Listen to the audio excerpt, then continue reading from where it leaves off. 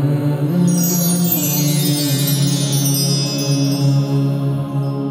اللہ الرحمن الرحیم۔ السلام علیکم۔ پروگرام الکلام میں خوش آمدید۔ میں ہوں آپ کا میزبان محمد شعیب رضا۔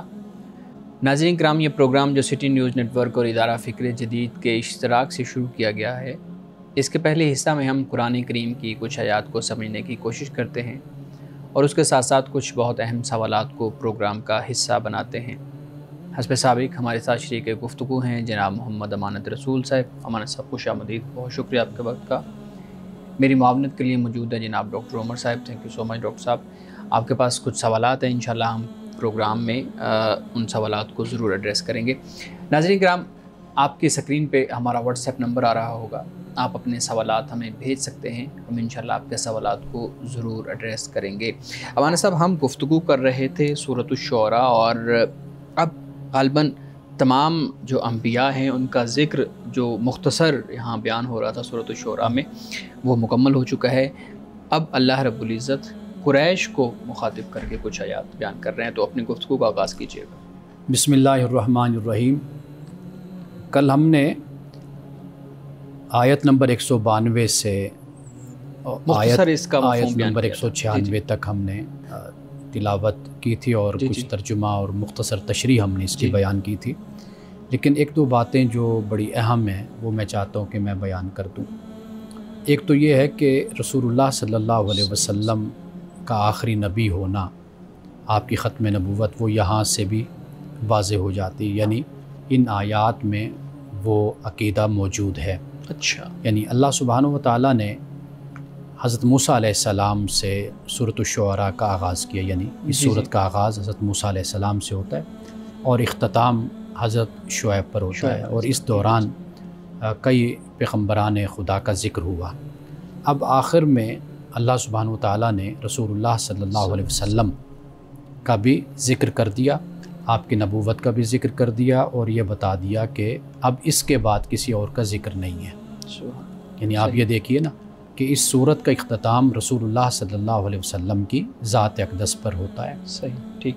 تو کوئی اگر سلسلہ نبوت موجود ہوتا تو اس کے بعد بھی کوئی ذکر کیا جاتا، بالکل صحیح ہے۔ تو یہاں سے یہ بات بھی واضح ہوتی ہے۔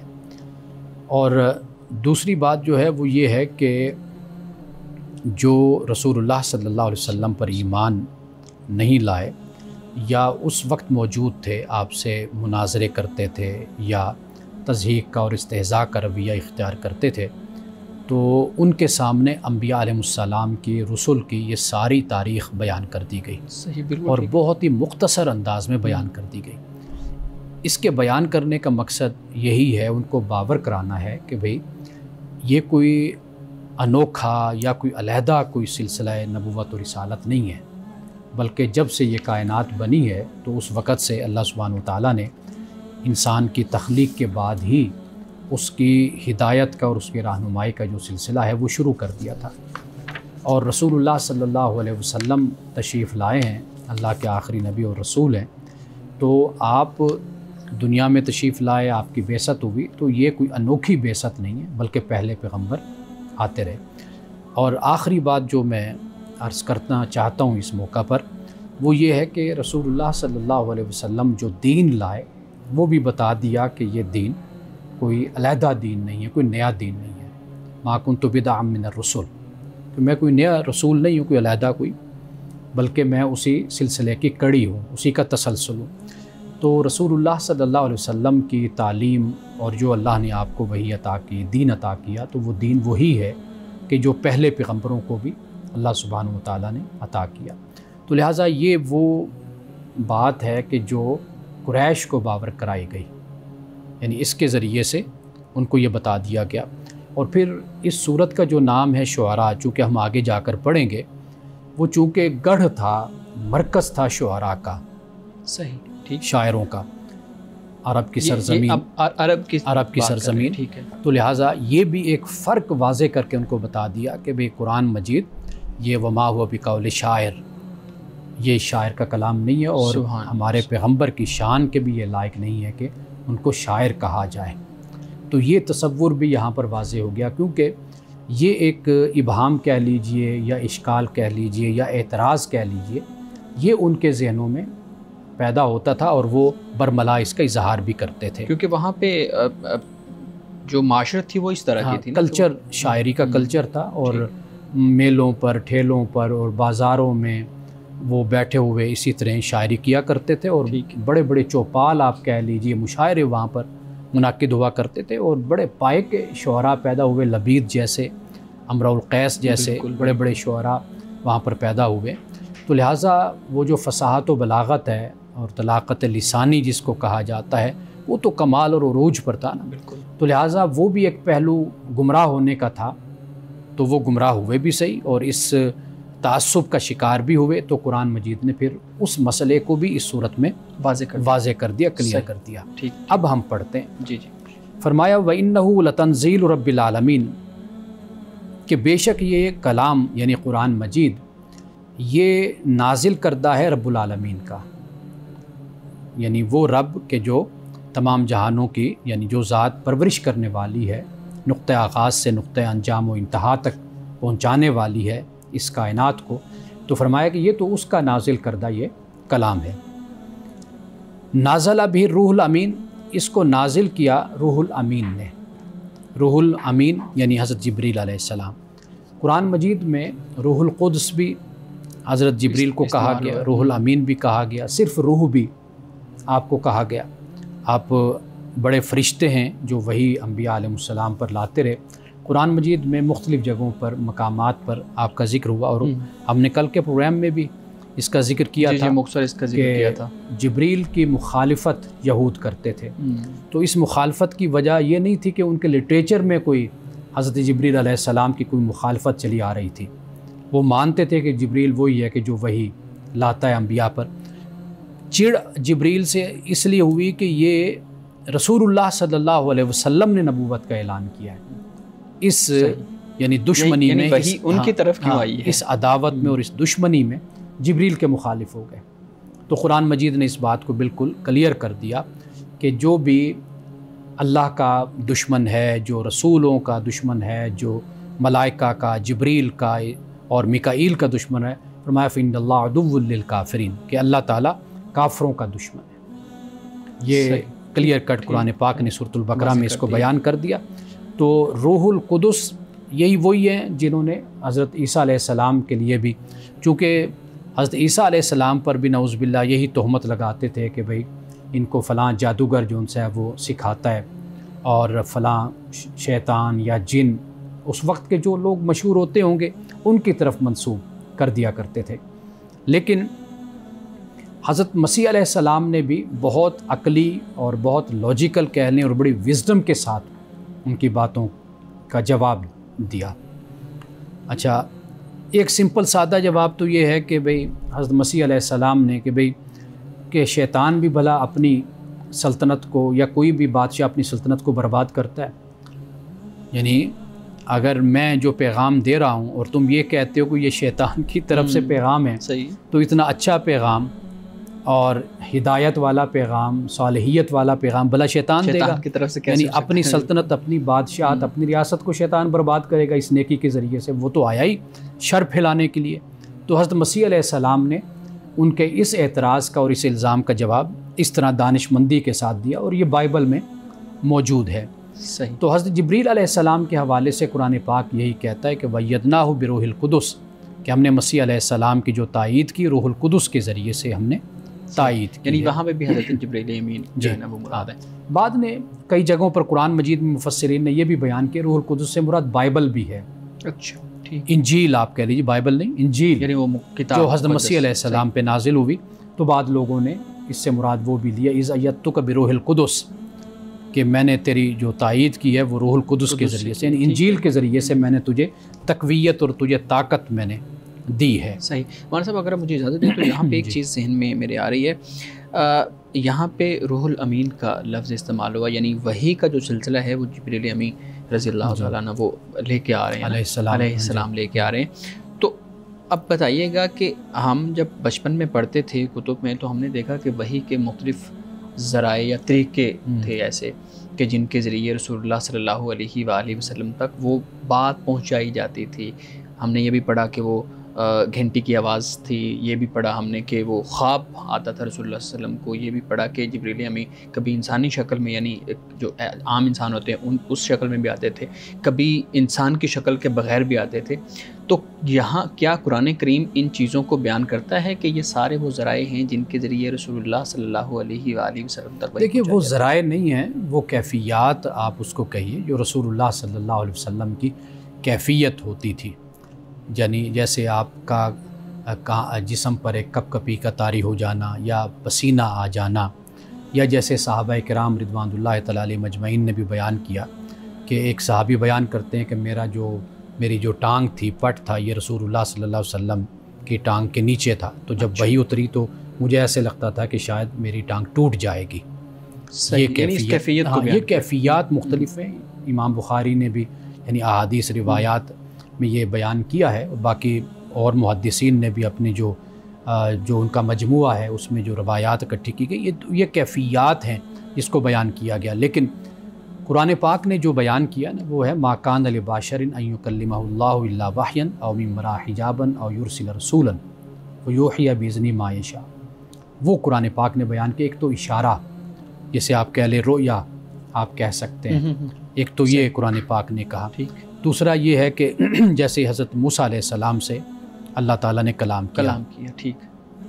ایک طریقہ یہ ہے کہ جیسے اللہ تعالیٰ رسول کو بھیجتا ہے. یہ مختلف طریقے ہیں. تو کہیں پر مقصود یہ ہوتا ہے کہ امت کی تربیت، جس طرح حدیث جبریل جو مشہور ہے، تو اس میں رسول اللہ صلی اللہ علیہ وسلم نے پھر خود فرمایا کہ تمہیں معلوم ہے کہ یہ کون تھے؟ تو صحابہ نے عرض کیا رسول اللہ جانتا ہے یا آپ کو معلوم ہے کہ یہ کون تھے؟ تو فرمایا کہ جبریل تھے، یہ تمہیں دین سکھانے آئے تھے. تو کہیں پر حکمت کے تحت جبریل آئے، آپ پر نازل ہوئے یا وہ حاضر ہوئے آپ کی خدمت میں، تو وہ ایک علیحدہ ہے. لیکن یہ بات یقینی ہے کہ حضرت جبرائیل علیہ السلام الفاظ لے کر رسول اللہ صلی اللہ علیہ وسلم پر آتے تھے، یعنی نازل کرتے تھے الفاظ جو یہ ہم الفاظ پڑھ رہے ہیں، ایز اٹ از یہی الفاظ ہیں کہ جو اللہ نے جبریل کو دی اور جبریل نے رسول اللہ صلی اللہ علیہ وسلم پر نازل کیے. اب یہاں پہ آپ دیکھیے نا، مولانا صاحب اگر اجازت ہے تو ہم ایک بریک لے لیں تاکہ آگے بات جو ہے نا وہ لمبی نہ ہو جائے. ناظرین کرام، یہاں وقت ہوا چاہتا ہے ایک بریک کا، ہمارے ساتھ رہیے.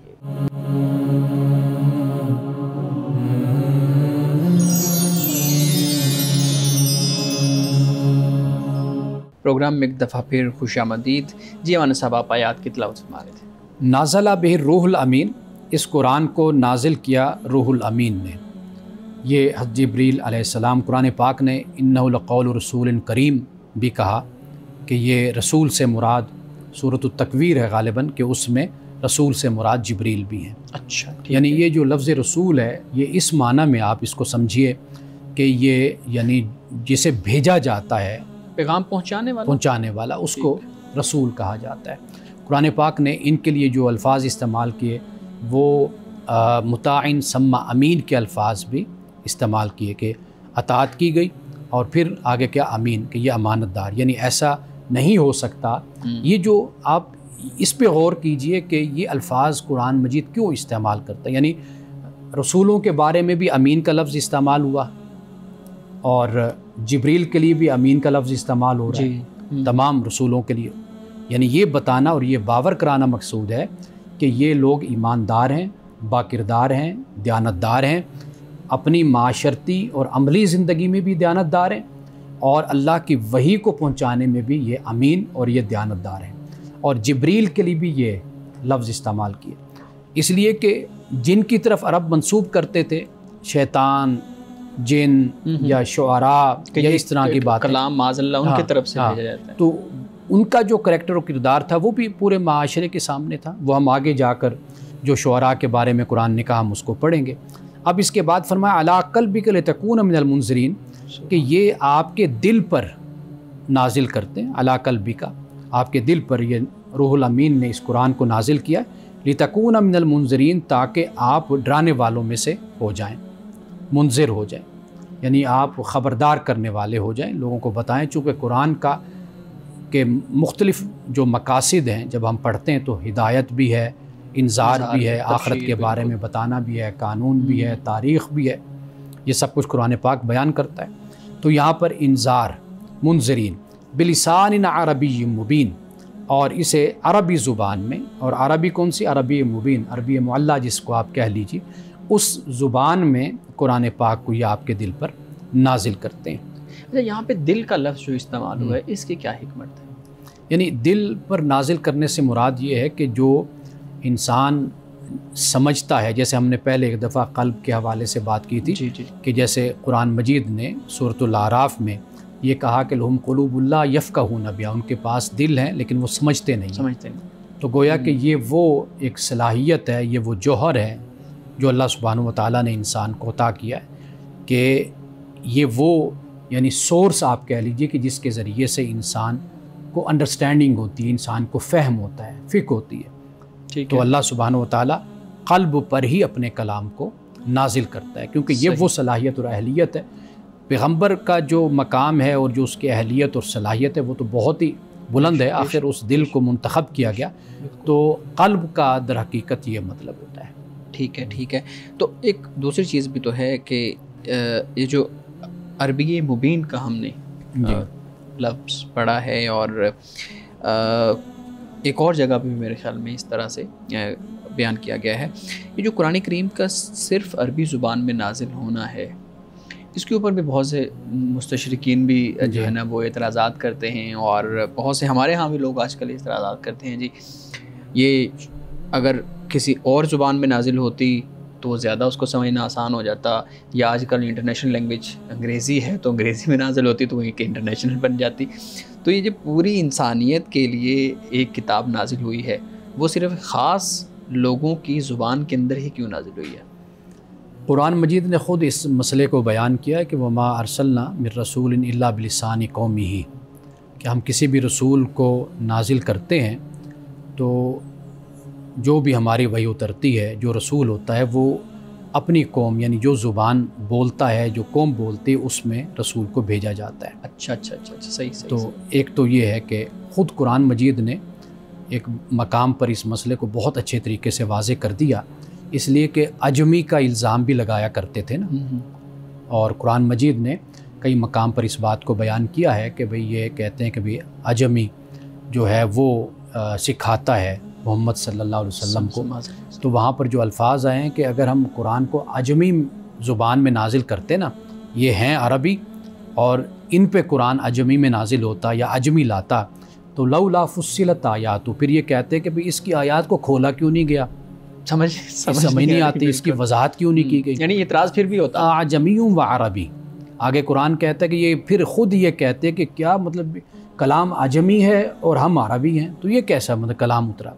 تو گویا کہ جو مخاطب ہوتا ہے، جو مخاطبین ہیں، انہی کی زبان میں بات کی جاتی ہے۔ مثلا حضرت مسیح علیہ السلام کی جو زبان تھی ان کی اس زبان میں وہی نازل ہوئی، حضرت موسیٰ علیہ السلام کی جو زبان تھی اس میں عبرانی ہے اور آرامی ہے، یا اس کے علاوہ دیگر زبانیں ہیں، تو اسی زبان میں ہی آخر اس قوم کو خطاب کیا جاتا ہے، مخاطب کیا جاتا ہے۔ یعنی یہ صرف ایک وجہ ہم سمجھ سکتے ہیں کہ چونکہ وہاں کے معاشرت میں جو زبان تھی وہ عربی تھی تو اس لیے نازل کیا گیا، لیکن بعض اوقات ہمارے ہاں مذہبی حوالوں سے اس چیز کو بھی بیان کیا جاتا ہے کہ یہ لسانی سبقت کا بھی کوئی معاملہ ہے کہ عربی کو منتخب کیا گیا ہے، اس لیے اب جنت کی زبان بھی، جنتیوں کی زبان بھی عربی ہوگی، اسی طریقے سے ایک خاص اس کو فوقیت اور فضیلت مل گئی ہے، یہ والا عنصر تو اس میں شامل نہیں ہے؟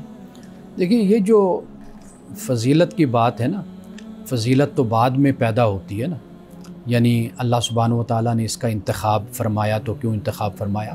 سب سے پہلے تو آپ اس چیز پر غور کریں نا کہ خود اس زبان کے اندر کیا حسن موجود ہے، کتنی فصاحت و بلاغت ہے، کیا اس کی ترکیب ہے، کیا اس کے مفردات ہیں، کیا اس کے جملے ہیں، کیا انداز ہے، الفاظ میں وسعت کیا ہے، معانی کی، مفاہیم کی، یہ بہت کچھ ہوتا ہے، اس کو پیش نظر رکھا جائے۔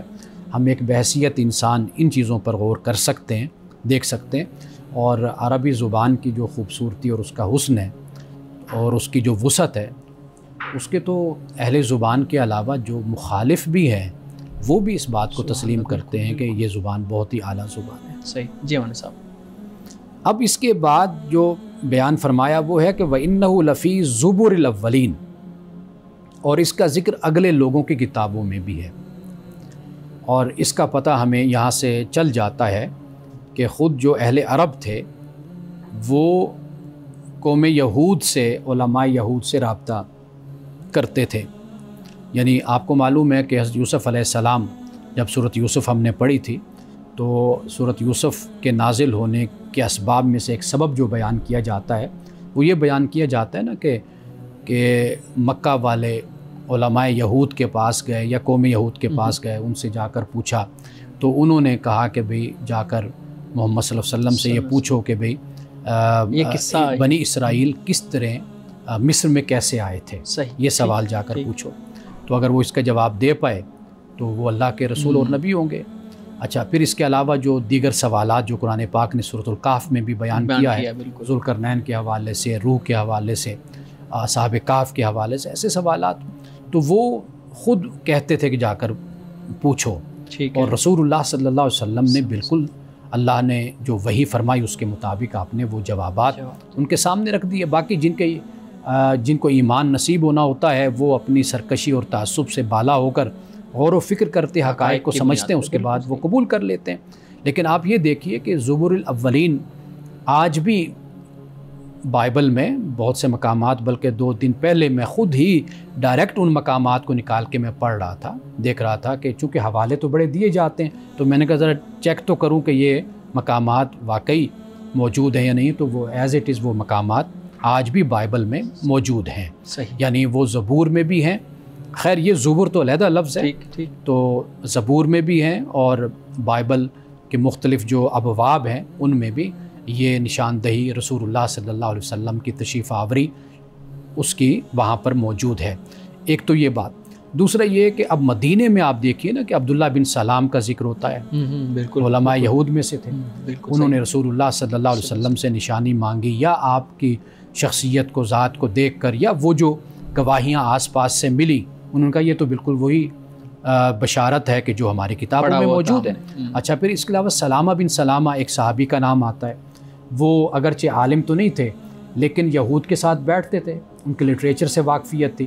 بلکہ رسول اللہ کی آمد سے پہلے قوم یہود رسول اللہ کا ذکر بھی کرتے تھے، اس بات کو مانتے تھے کہ وہ تشریف لائیں گے. بلکہ ایک مقام پہ خود قرآن مجید نے بھی اس بات کا سورۃ البقرہ میں ذکر کیا ہے کہ بھئی جب ان کو شکست ہوتی تھی نا، مفتو ہوتے تھے، تو کہا کرتے تھے کہ ایک رسول آنے والا ہے تو ہم اس کے ساتھ مل کر پھر تمہارے سے لڑیں گے اور تم پہ فتح ہم حاصل کریں گے. اچھا، صرف سلامہ بن سلامہ نہیں، اور بڑے یعنی ایسے افراد کا ذکر ہوتا ہے جو مسلمان ہو گئے. اچھا، پھر یہ ہے کہ جو مدینے کے صحابی انصار جنہوں نے اسلام قبول کیا، عقبہ اولا اور ثانیہ میں جا کر حج کے موقع پر چھپ کر گئے اور انہوں نے بیعت رسول اللہ صلی اللہ علیہ وسلم کی دست مبارک پہ کی تھی. اچھا، یہ صحابی دوڑ کر اس لیے مسلمان ہوئے تھے کہ انہوں نے یہودیوں سے ہی سنا تھا کہ ایک پیغمبر آنے والا ہے، ان کی یہ نشانی ہوگی. تو وہ دوڑ کر کہنے، ان کا خیال یہ تھا کہ یہ نہ ہو کہ یہودی جا کر مسلمان ہو جائیں، پہلے ہم سبقت لے جائیں اور ہم اسلام قبول کر لیں. لیکن جب واپس آئے تو یہودیوں کے تیور بدلے ہوئے تھے وہاں پر. اب یہ صورتحال تھی، ان کا خیال تھا کہ شاید اسرائیل میں سے، بنی اسرائیل میں سے کوئی پیغمبر آئے گا تو وہ ہم میں سے ہوگا، تو لیکن نہیں. لیکن بات یہ ہے کہ جو ان میں سے آ گئے تھے ان پر کب وہ ایمان لائے. تو اصل تو سرکشی اور تعصب یہ ہے کہ ایسا کہ یہ بہت بڑی رکاوٹ بن جاتے ہیں انسان کے لیے حق بات کو قبول کرنے میں. بالکل آپ نے ٹھیک بات کی ہے. ناظرین کرام، یہاں وقت ہوا جاتا ہے ایک بریک کا، ہمارے ساتھ رہیے.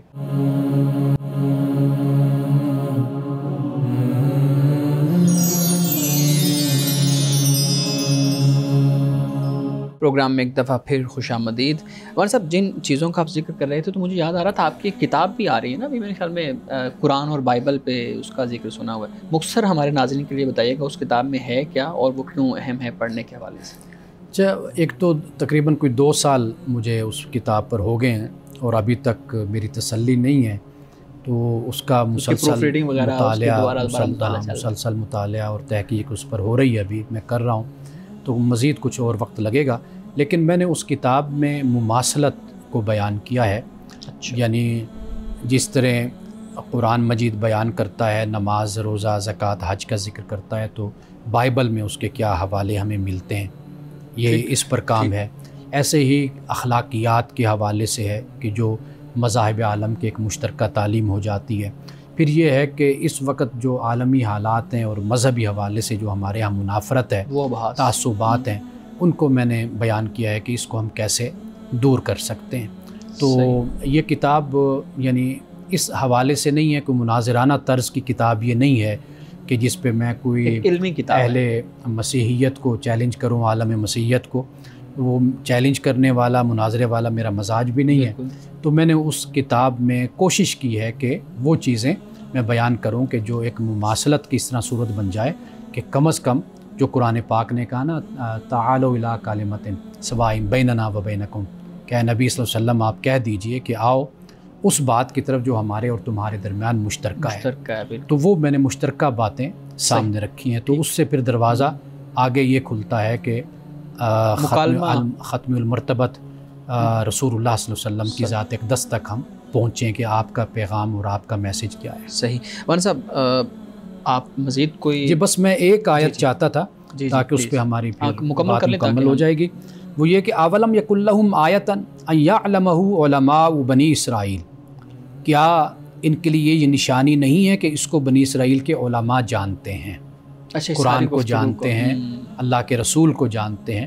اب یہ وہ بات ہے کہ یہ اہل مکہ قریش یہ سب باتیں ان کو پتہ تھی، کیونکہ وہ دوڑ دوڑ کے جاتے تھے، کیونکہ ان کو تو امی کہتے تھے نا جی، اور یہ بڑے متاثر تھے علماء یہود سے، یہودی قوم سے، کیونکہ وہ اہل کتاب بھی تھے اور ان میں علم رکھنے والے لوگ بھی تھے۔ تو یہ جو مکہ والے تھے یہ دوڑ کر ان کی طرف جاتے تھے۔ تو لہٰذا یہ کہا کہ بھئی ان کے پاس تو خود یہ بات بطور نشانی کے موجود ہے کہ جو بنی اسرائیل کے علماء ہیں وہ جانتے ہیں کہ یہ قرآن کیا ہے اور رسول اللہ صلی اللہ علیہ وسلم کی ذات کیا ہے۔ سبحان اللہ، بہت شکریہ مولانا صاحب۔ ڈاکٹر صاحب آپ کے پاس کچھ سوالات ہیں مولانا صاحب سامنے رکھیں۔ میں یہ سر آپ نے ذکر کیا کہ کیسے آپ صلی اللہ علیہ وسلم اللہ تعالیٰ کے آخری نبی ہیں اور یہ ہم سب مسلمانوں کا عقیدہ بھی ہے، اور قرآن اللہ تعالیٰ کی آخری کتاب ہے۔ تو کتنا اہم ہے کہ ہم جب قرآن پاک کو پڑھنا شروع کریں تو ذہن میں یہ بات ہو لاشعور میں کہ یہ اللہ تعالیٰ کی انسانیت کے ساتھ آخری مرتبہ بات ہے، تو اس کی ایک اہمیت اور انٹینسٹی کو سمجھا جائے۔ جی، پہلی بات جو آپ نے کہی ہے رسول اللہ صلی اللہ علیہ وسلم کی ذات اقدس، یہ اب ایمان کی بنیاد اور اصول ہے، بس اب اس کے بعد کوئی نہیں ہے۔ تو لہٰذا اب جو فیصلہ ہونا ہے نا اسلام کا، کفر کا، اسلام کا، غیر اسلام کا، وہ رسول اللہ صلی اللہ علیہ وسلم کی ذات اقدس ہے۔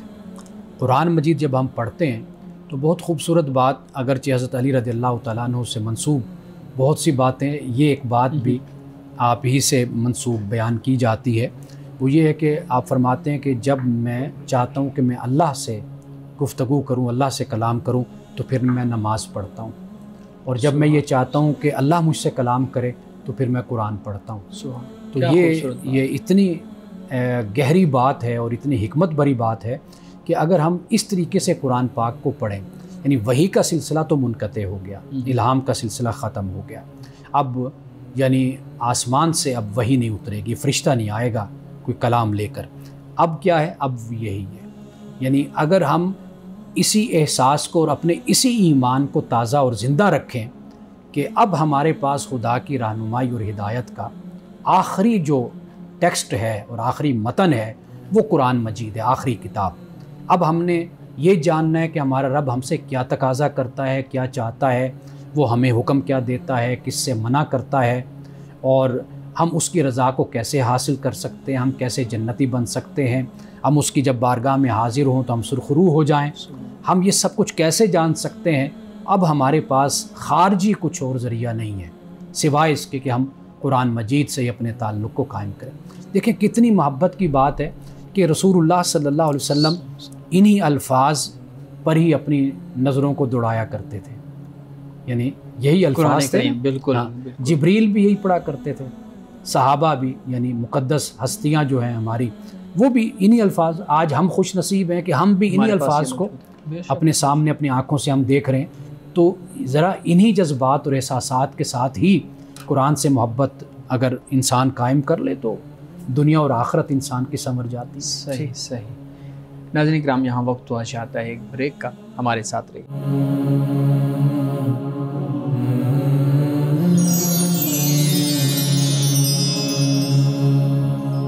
پروگرام پروگرام میں ایک دفعہ پھر خوش آمدید. جی ڈاکٹر صاحب.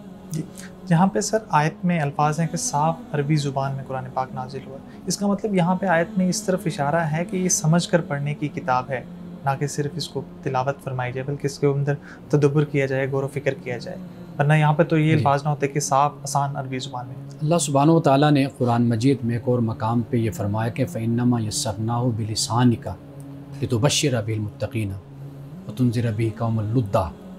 فرمایا کہ ہم نے اس قرآن کو آپ کے لیے آسان ہم نے کر دیا آپ کی زبان میں، اور آگے فرمایا کہ تاکہ آپ اس کتاب کے ذریعے سے متقین کو بشارت دیں، اور جو اجڑ قوم ہے، اکھڑ قوم ہے، آپ اس کو ڈرائیں، اس کو وارن کریں.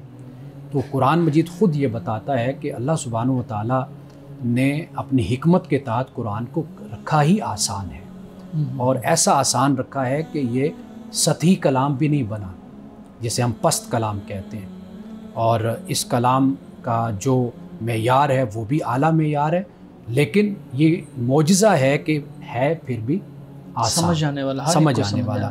وَلَقَدْ يَسَّرْنَا الْقُرْآنَ لِلذِّكْرِ فَهَلْ مِن مُدَّكِرٍ. اللہ پاک فرماتا ہے سورۃ القمر میں کہ ہم نے اس کو آسان بنا دیا ہے، کوئی ہے جو نصیحت حاصل کرے. تو لہٰذا اس کو کوئی بھی پڑھے گا، کوئی ان پڑھ پڑھتا ہے، کوئی عرابی، کوئی جڑ جیسے ہم بات کر رہے ہیں، کوئی جاہل پڑھتا ہے، کوئی ڈاکٹر انجینئر پڑھتا ہے، تو ہر کسی کے لیے قرآن پاک کتاب ہدایت ہے. اور کوئی یہ نہیں کہہ سکتا کہ بھی اس میں کوئی لفظ ایسا ہے کہ جو غیر معیاری لفظ ہے، جو نہیں ہونا چاہیے تھا. ٹھیک. جی اس میں آپ نے سر ذکر کیا کہ یہود کے جو علماء تھے انہوں نے حسد میں آ کر آپ صلی اللہ علیہ وسلم کو نہیں مانا. تو اس میں یہ کتنا اس میں اشارہ ملتا ہے ہمیں کہ جو انسان کے اندر علم ہوتا ہے وہ انسان کو تکبر بھی اس کا پیدا کر دیتا ہے. تو یہ جو کتنا اہم ہے کہ انسان اپنے اوپر چیک رکھے کہ میرا علم میرے لیے نعمت نہیں بلکہ زحمت بنتا جا رہا ہے اور میرے اندر تکبر پیدا کرتا جا رہا ہے. دیکھیے علم بہت سے لوگوں کے پاس تھا، یعنی مثال کے طور پر مستشرقین کو آپ دیکھ لیجئے، بعض لوگوں کو ایمان نصیب ہوا، مسلمان ہو گئے، لیکن بہت سے انہوں نے حدیث پر کام کیا ہے، قرآن پر کام کیا ہے، فقہ پر کام کیا، قانون پر کام کیا، لیکن ساری زندگی وہ نقد انہوں نے کیا، تنقید کی، لکھا، لیکن ایمان نہیں لائے، وہ قرآن مجید بھی پڑھا. تو یہ بات بالکل آپ کی ٹھیک ہے کہ علم کافی نہیں ہوتا، اس علم کے ساتھ جو حقانیت اور حقیقت جڑی ہوتی ہے اس پر بھی غور و فکر کرنا ضروری ہوتا ہے. یعنی آپ سچائی کو اور حق کو آپ موضوع سمجھیں، اس کو آپ معروضی جب سمجھتے ہیں نا تو پھر یہی ہوتا ہے کہ آپ یہ سمجھتے ہیں کہ حق نہیں ہے، سچ نہیں ہے. وہ کسی وقت جھوٹ بھی ہو سکتا ہے، کسی وقت وہ سچ بھی ہو سکتا ہے. تو لہٰذا یہ بنیادی بات ہے جس کو سمجھنا ضروری ہے، اور قرآن مجید نے، اسلام نے اسی تصور کو واضح کیا ہے کہ اگر آپ علم حاصل کرتے ہیں اور کچھ پانے کی جستجو رکھتے ہیں تو پھر آپ جو سچ اور حق ہے اور جو سب سے بہترین بات ہے اس کو قبول کریں اور اس میں اپنی شخصیت کو اور اپنے افکار اور نظریات کو ڈھالیں. لیکن جب تک آپ اس عقیدے کو اور اس نظریے کو قبول نہیں کرتے اس وقت تک پھر آپ کی جو صورت ہے وہ ایک کیا کہتے ہیں اس کو کہ ادھر کبھی جھک گیا اور کبھی ادھر جھک گیا، پھر یہ صورتحال انسان کی. لیکن ایک اہم یہ بات بھی ہے کہ جب یہ چیزیں حاصل ہو جائیں، آپ کو حقیقت کا ادراک ہو جائے، اس کے بعد آپ نے اپنی لمٹ کے اندر رہنا ہے، تکبر اور غرور والے معاملے میں نہیں چلا جانا. دیکھیے جب آپ سچ اور حق کو پا لیتے ہیں نا تو اس کے بعد خود بخود آپ کی شخصیت سے تکبر اور غرور ختم ہو جاتا ہے.